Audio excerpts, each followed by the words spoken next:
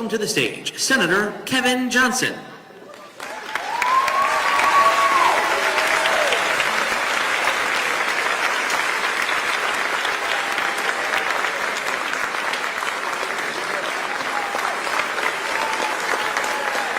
Good afternoon again. Good afternoon, everybody. Everybody fired up? There we go. Great. You all that know me know I don't normally do a lot of endorsing, but when I do endorse, I take it very seriously. And so I have the pleasure this afternoon to introduce to you the person who I know will be the next president of the United States of America. And you that know me know that one thing that I'm very big on is experience. And I feel from the bottom of my heart that a lot of the problems we have today is that we have someone in the White House who lacks experience. So this election, I want you to make sure you understand and spread the word. This election is not about the past. It's not about what somebody might have done or said 40, 50 years ago. This election is about the future. The future of our great country. And we have before us a man who has worked hard on our behalf over the last several decades, most notably as our Vice President, working side by side and hand in hand with President Barack Obama, the greatest president to ever serve this country. And so as I introduce the Vice President, I'm going to keep my remarks very brief. I want you to know that what we need for this country is someone with a real vision. And I'm not going to read his vision. It's on our programs. And if you would look at it, it says Joe's Vision for America. And look at the part that's in bold print. Joe Biden is running for president to restore the soul of the nation, rebuild the backbone of America, the middle class, and unite the country to move beyond our current divisive, broken politics. Ladies and gentlemen, the next president of the United States of America, Vice President Joe Biden.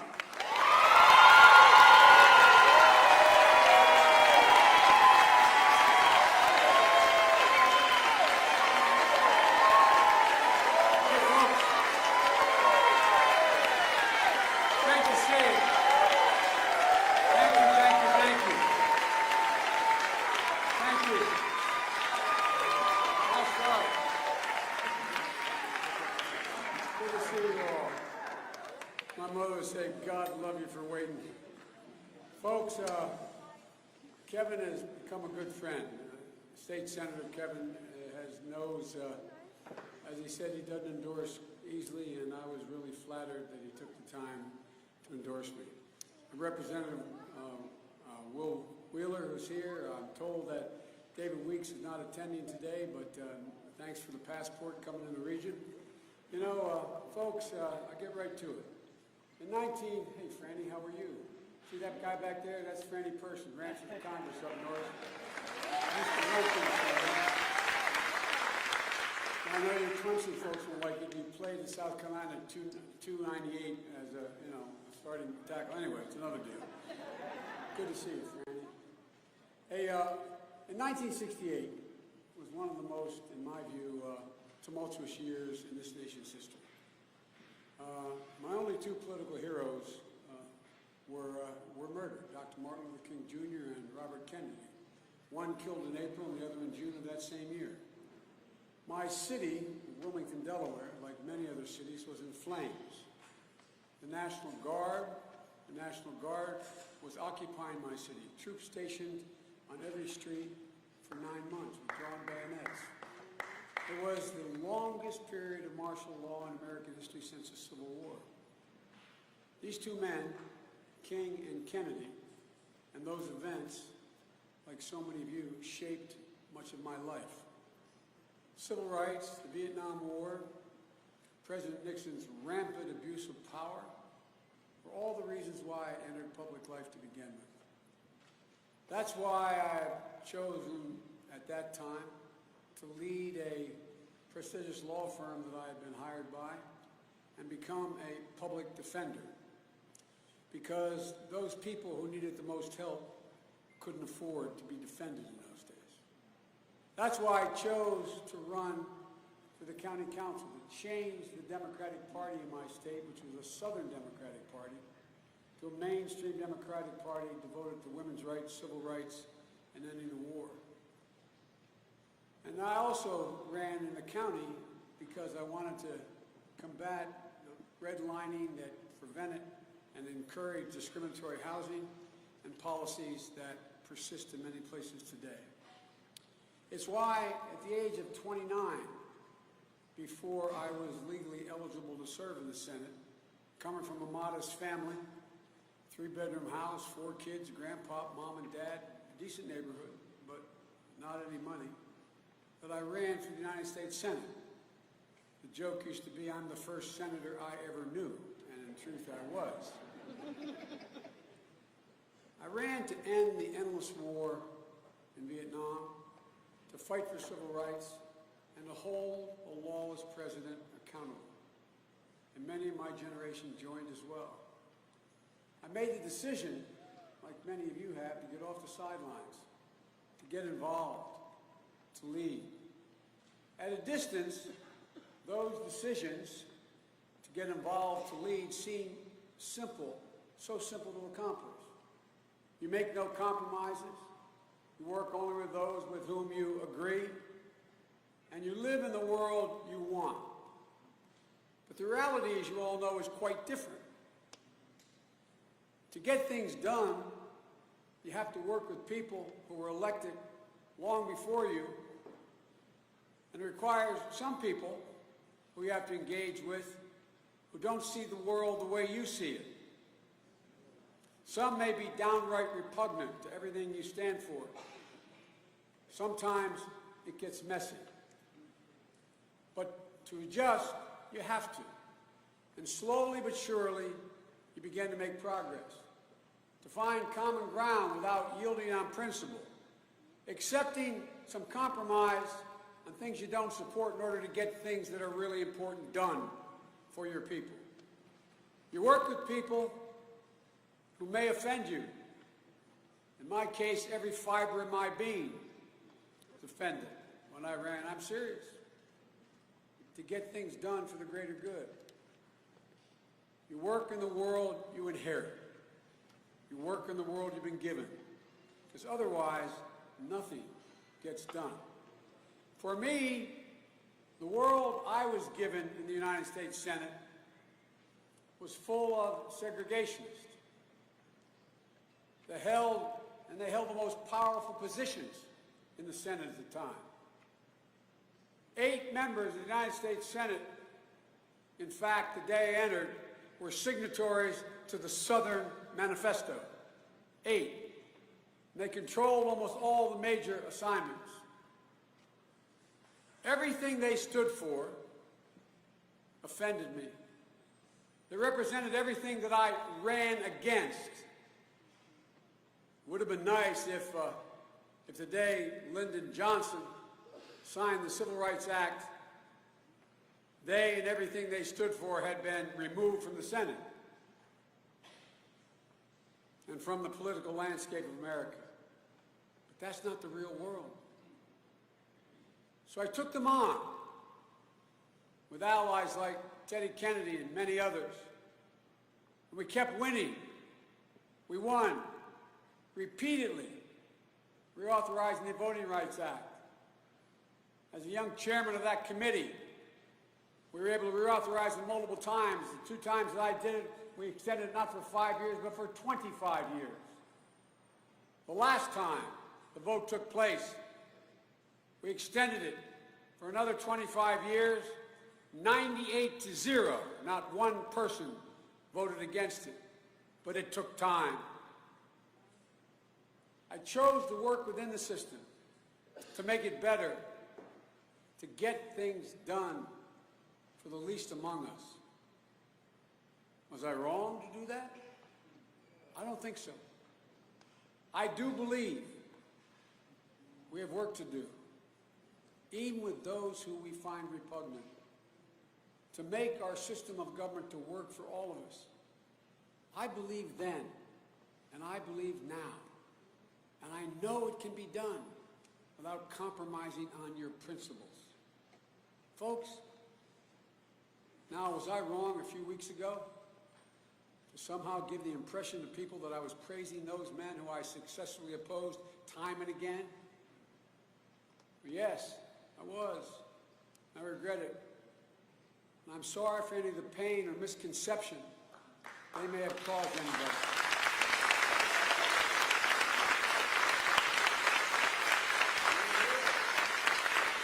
But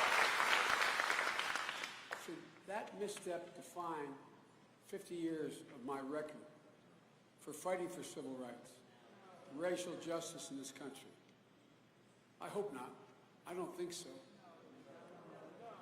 That just isn't an honest assessment of my record. And I'm going to let my record and my character stand for itself and not be distorted or smeared.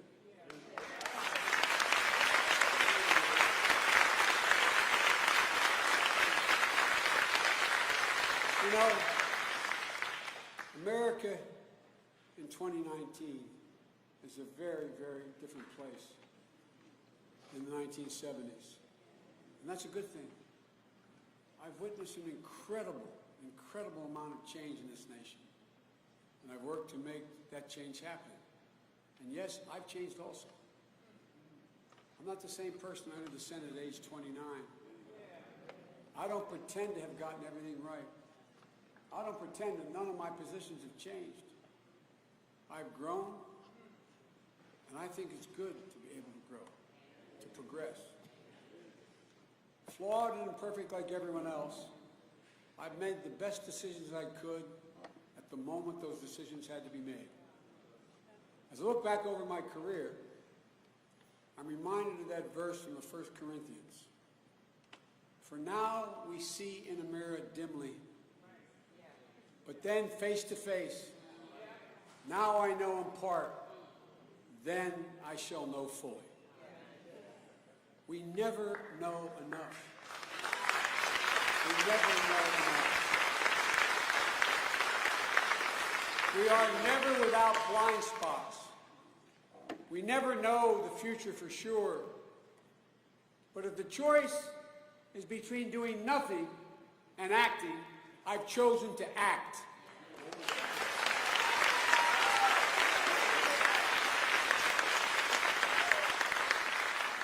I carry a coin with me my best friend, my sister, gave me a long time ago. There's the prayer of serenity on it.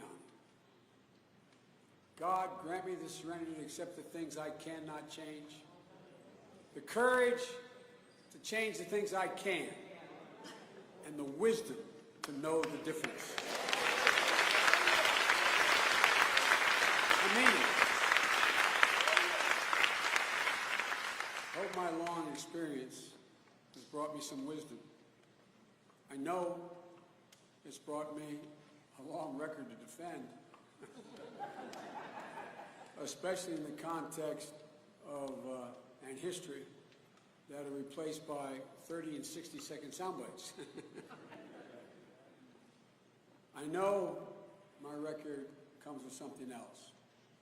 A treasure trove of armies of opposition researchers in our party and the other party trying to weaponize my record and use it against me. Today I want to address some of those attacks. Statements and votes I made on busing in the 1970s have become an issue in this race.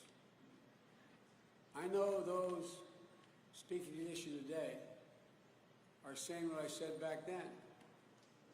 But the better answer is to get to the root cause of segregation. Discrimination in housing has been one of the most pernicious forms of racism that has taken hold in this country, wreaking havoc not only in education, but denying generation after generation of African Americans the ability to create and pass on wealth. When you have the same home in a white neighborhood and the exact same home in a black neighborhood, the value of the home in the black neighborhood is decreased significantly. So you're not able to borrow against it. You're not able to pass it on to your peers. You're not able to build wealth. That's why we need to insist that banks have to lend in every neighborhood. We have to go after predatory lenders, hold bank executives responsible for discriminatory practice that continue to this day. I don't believe a child should have to get on a bus to attend a good school. There should be first-rate schools of quality in every neighborhood in this nation.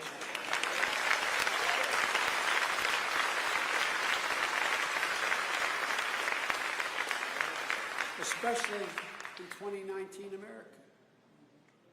Folks, 12 years of education is not enough to compete in the 21st century. On that score, here's what I commit to you. First and foremost, I will name a Secretary of Education who is an educator.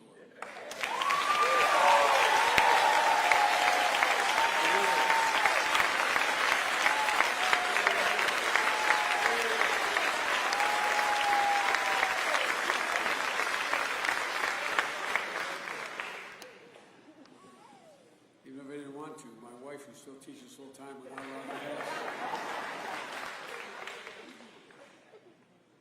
One who is committed to strengthening our public schools, proper pay for school teachers,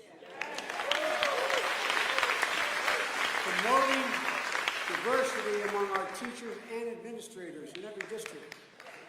Second, I have proposed the biggest increase in federal resources to historically neglected and underfunded schools in the history of this nation. I propose tripling Title I funding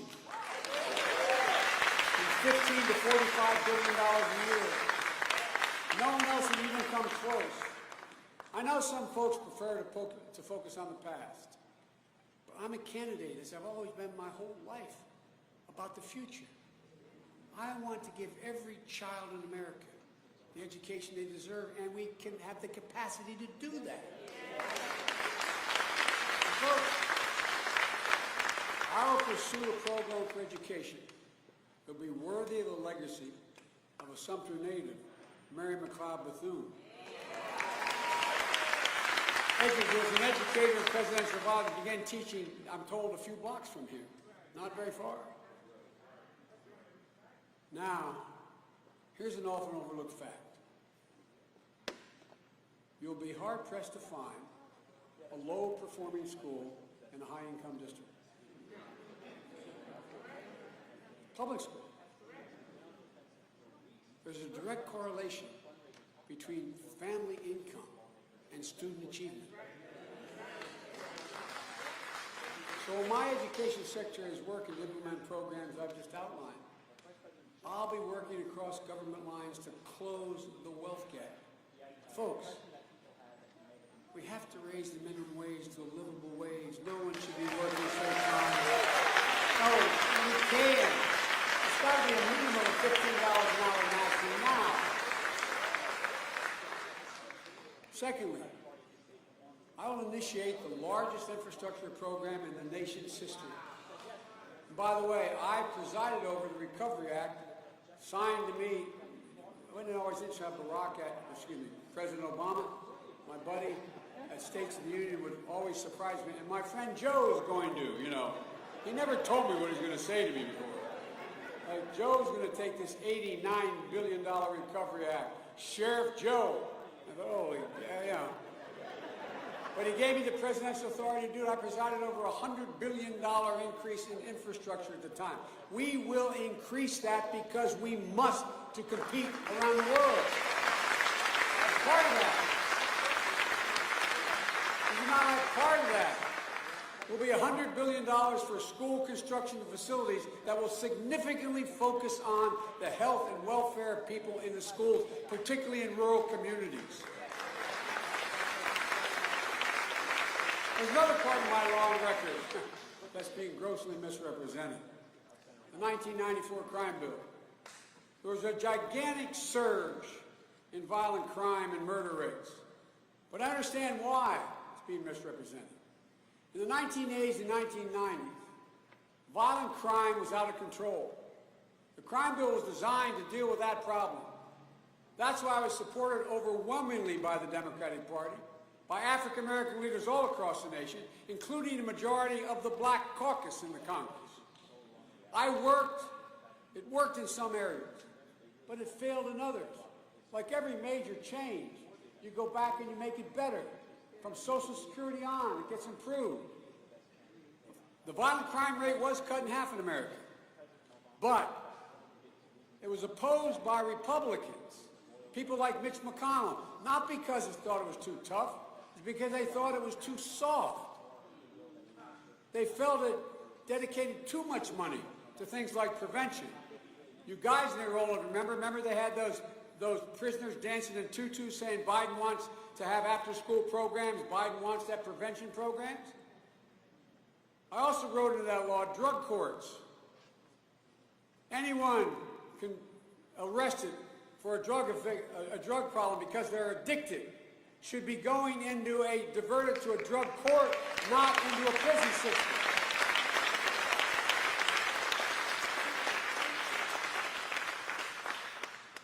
They didn't like the fact that we removed mandatory minimums for first-time offenders. The bill had other things that mattered to me. It included my Violence Against Women Act, which I wrote. It included strengthening the Brady Bill on background checks, eliminated assault weapons, etc. But the bill also included things I didn't like. I didn't support the provision the President wanted and called 3 strikes and you're out. Didn't support it then, don't support it now. I didn't support any mandatory minimums. I didn't support more money to build state prisons. I was against it. It should be building rehab centers and not prisons. These aren't excuses, they're just facts. I supported the bill. I will accept responsibility for what went right, but I will also accept responsibility for what went wrong. But folks, in 1994, instead of being able to go and correct what we learned wasn't working, we lost the majority. We lost the majority in the Congress. And with that, the ability to make the bill better. As often the case, well-intended legislation sometimes has unintended consequences. Now we have to deal with the problems we have today. That's why I was proud to work alongside Barack. I don't say President Obama. I don't want to get confused with the other president. You know, I don't want to say the president. So he's my buddy. I don't call him Barack publicly, but President Obama. I was happy to work alongside him to help reduce the federal prison population by 38,000 people when we were in office. That's why I proposed a comprehensive criminal package in this campaign. It begins with passing the Safe Justice Act from a congressman from the state of Virginia. But my plan goes further. We met, he agrees it should. No mandatory minimums, period. The end, which I've tried before, the end of private prisons. The end of private prison funding. Additional funding for drug courts. I had proposed initially $400 million for drug courts. They wiped it out. Bail reform. No one should be in jail because they can't meet the minimum bail requirements. No juveniles at all in adult prisons. Mandatory treatment, not jail, for those with drug addiction. Decriminalizing marijuana, automatically expunging records for marijuana convictions. Job training. Job training and education while you're in prison. In prison. All we do is put people on, warehouse them, and they learn to be better criminals. One thing everybody has in common in prison, the 2 most likely things, they're not based on race. You know what they're based on? You can't read, and your mother was a victim of abuse, which is a learned behavior. Well, folks, automatic restoration of all your voting rights, access to Pell Grants, once a sentence is served. That's how we prevent and decrease recidivism. Right now, we give somebody $25 and a bus ticket, and they have no access to programs they need to come out. That has to change. I believe my criminal justice reform package is as strong or stronger than anyone else's, than anyone has proposed. But I'm always open to new ideas because I know you constantly learn. Plenty of others have attacked and will continue to attack. But look, the fact of the matter is, I'm not beholden to banks. I supported the bankruptcy bill because I believe taking a very bad bill which is going to pass overwhelmingly make it better made sense. What happened?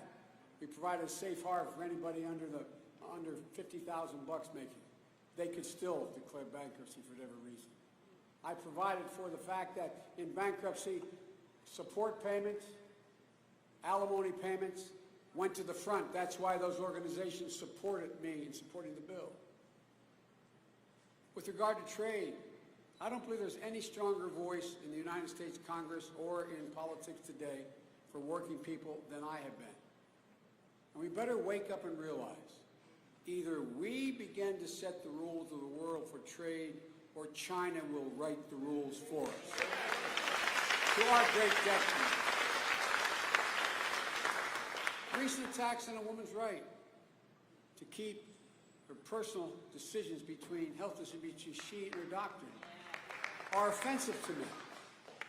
And I will move to codify Roe v. Wade if the court strikes it down.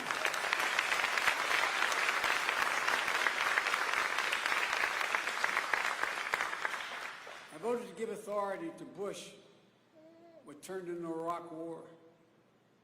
But it didn't stop President Obama from within the first month turning to me to handle Iraq once we took an office, giving me the responsibility to coordinate all the agencies to bring home 150,000 combat troops from Iraq, including my son, who said a year ago. I don't believe there's anyone in this race more prepared to lead the world today than me. That sounds like I'm bragging, but it's what I truly believe because I've been engaged in it my whole career. Look, the central problem we have right now is an erratic president who embraces dictators and tyrants like Putin and Kim Jong-un, but abandons and pokes his finger in the eye of our allies and is shredding our most valuable alliances. I can fix that problem. I have done it before. And look, if you look at the issues I've been attacked on, nearly every one of them somehow has something to do with before 2008. As if my opponents want to believe I served from 1972 to 2008 and then took a hiatus the next 8 years. They don't want to talk much about my time as Vice President of the United States. It was the honor of my lifetime to serve with a man who I believe is a great president, an historic figure, and most important to me, a close friend. I was vetted by he and 10 serious lawyers he appointed to go back and to look at every single thing in my background, from finances to anything I had done, everything. And he selected me. I'll take his judgment about my record, my character, my ability to handle a job over anyone else's.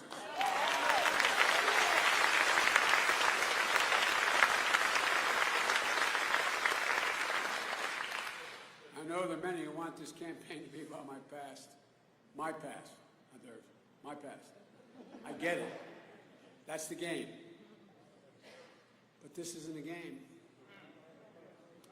Every one of you, no matter who you're for, know in your bones this election is different. Not because I'm running. This election is different. If we do not defeat Donald Trump, the character of this nation will be fundamentally and forever altered. Folks, I'm determined to make this election about America's future, about the issues that are right in front of us, not the ones that are behind us. I believe we should protect. And by the way, we have real differences about how to deal with the future, and that's legitimate. I believe what we should do, we have to improve Obamacare and add a public option, not throw it out. A number of the folks that I'm running want to get rid of it and start all over with something new. I don't. We don't have time. I believe the key to immigration is to deal with the root cause of the problem. Why are people coming to the border? That's why I put together a bipartisan approach, providing $700 million in support programs that I put together and to oversaw in Guatemala, Honduras, and El Salvador. The same program Trump just got rid of. That actually, when we were doing it, slowed migration significantly. I believe we can and must deal with the existential threat posed by climate change. The next president must lead not only here but the world. We're responsible for 15% of the problem, the world for 85%. How do you get this done if we do everything correct without engaging the world and not rejoining the Paris Climate Accord? I will do that. I believe we must repair the damage Trump has done, embracing autocrats and dictators, and once again lead the world by the example, not the example of our power, but the power of our example. Why have people followed us? And I believe we have to rebuild the backbone of this nation. Because folks, Wall Street did not build America. You did. Working people given half a chance did.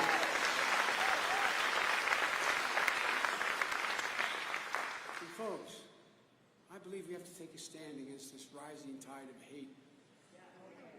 And it really is. You saw it, especially neo-Nazis and white supremacists. A lot of you are involved, a lot of you, if you're old enough, were on the other side of this here in South Carolina a long time ago.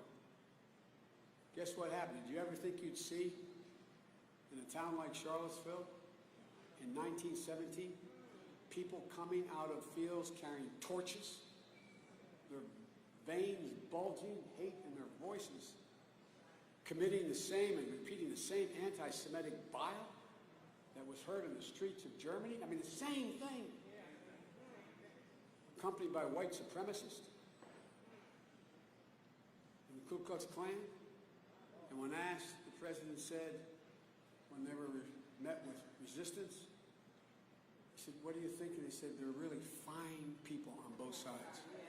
No president has ever said anything like that. Really. And folks, yes, I believe we have to work across the aisle to find common ground to unify this country. I know that some of my opponents think that's delusional and naive. I don't.